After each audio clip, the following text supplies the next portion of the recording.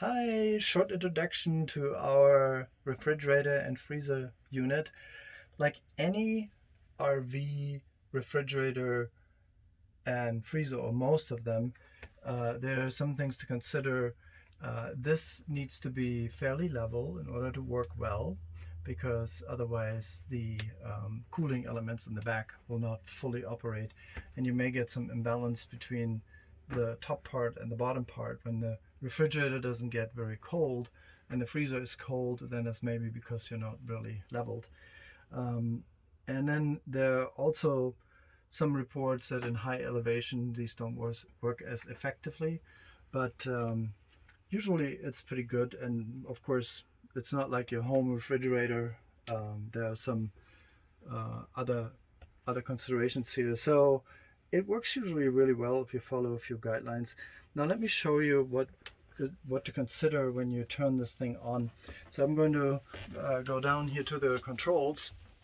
There's three buttons. The one that's marked on off, of course, just turns this thing on. So I'm going to push this, and you'll see that the display lights, and you may also see that it toggles between AU, AC, and then you see LP.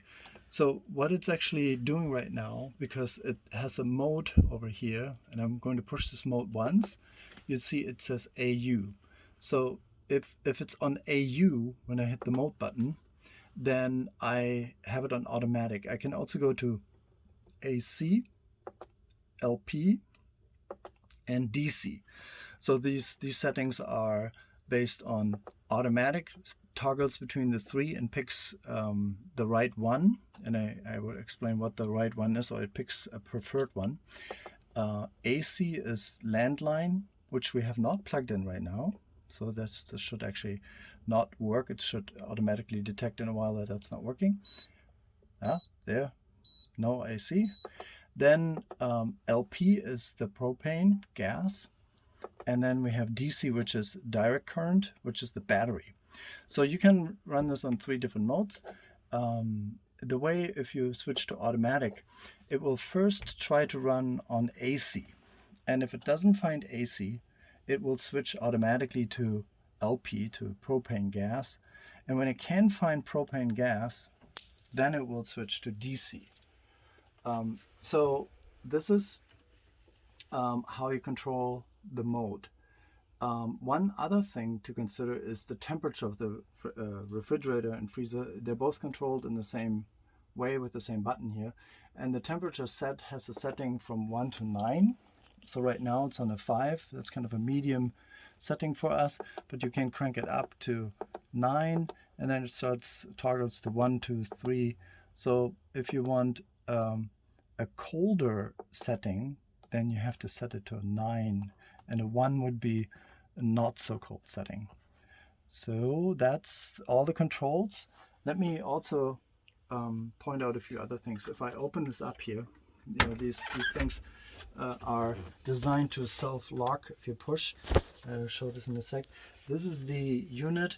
A few things that we have in here is like a temperature control, so you make sure that you're at a reasonable temperature, usually 31 degrees. This is Celsius, so that's actually not what you want unless you come from Germany. Push the Fahrenheit button here, 89. So that means the refrigerator is definitely too warm. It's not operating right now.